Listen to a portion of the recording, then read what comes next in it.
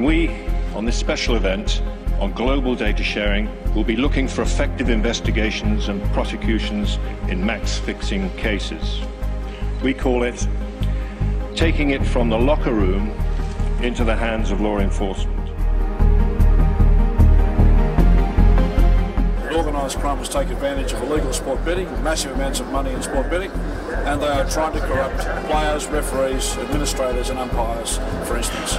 On a global scale, the illegal sports betting market actually now is over $1 trillion.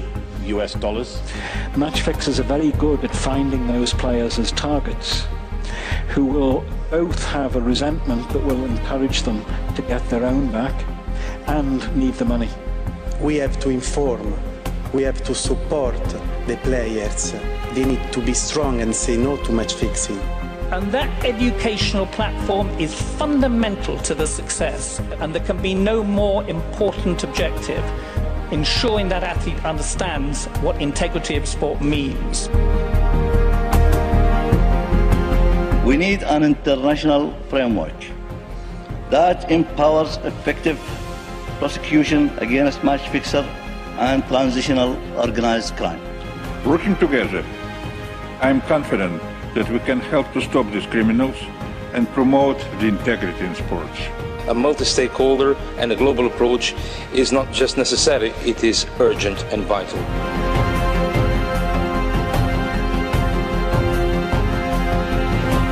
I feel extremely honored that the ICSS has now been chosen by UNODC as a global partner to combat against match fixing.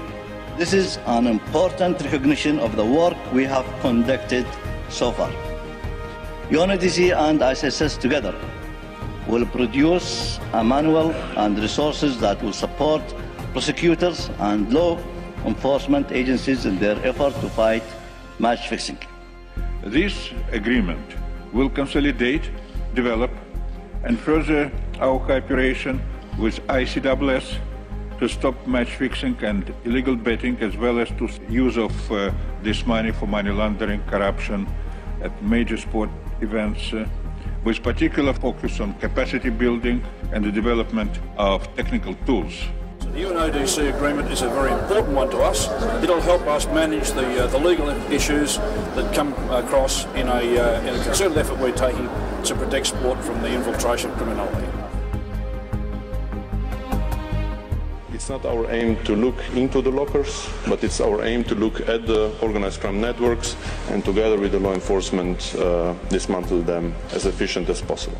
Match fixing is increasingly being viewed as a crime that needs to be addressed through tailor-made legislative responses and effective investigation powers, particularly in view of its links with organized crime, corruption, and money laundering. The importance of sharing data, intelligence and information between law enforcement, sport and betting industry, and between countries is paramount to defeat match fixing. Each country, each nation needs to have a robust framework for sharing information internally. And then secondly, that the connectivity between countries needs to be similarly robust. That I think ICSS would definitely benefit from in some of the different organizations, particularly being a pre-assessment prior to the acceptance of any funding acceptance, that made sure that all of the things had counted for, but on a qualitative basis and not simply a quantitative checklist. If not ICSS, then who? ICSS has been massively important in pushing through the integrity agenda in sport. And we need the ICSS and UNODC to continue to work with governments across the world to ensure best practice in delivering national legislation, which is consistent. And when it comes to match fixing, I think what ICSS's plan is to ensure that the treaties that we talked about today are turned into national legislation. It's time for action. It's time for taking this forward. It's time for getting a certain amount of publicity, and it's a time for engaging governments.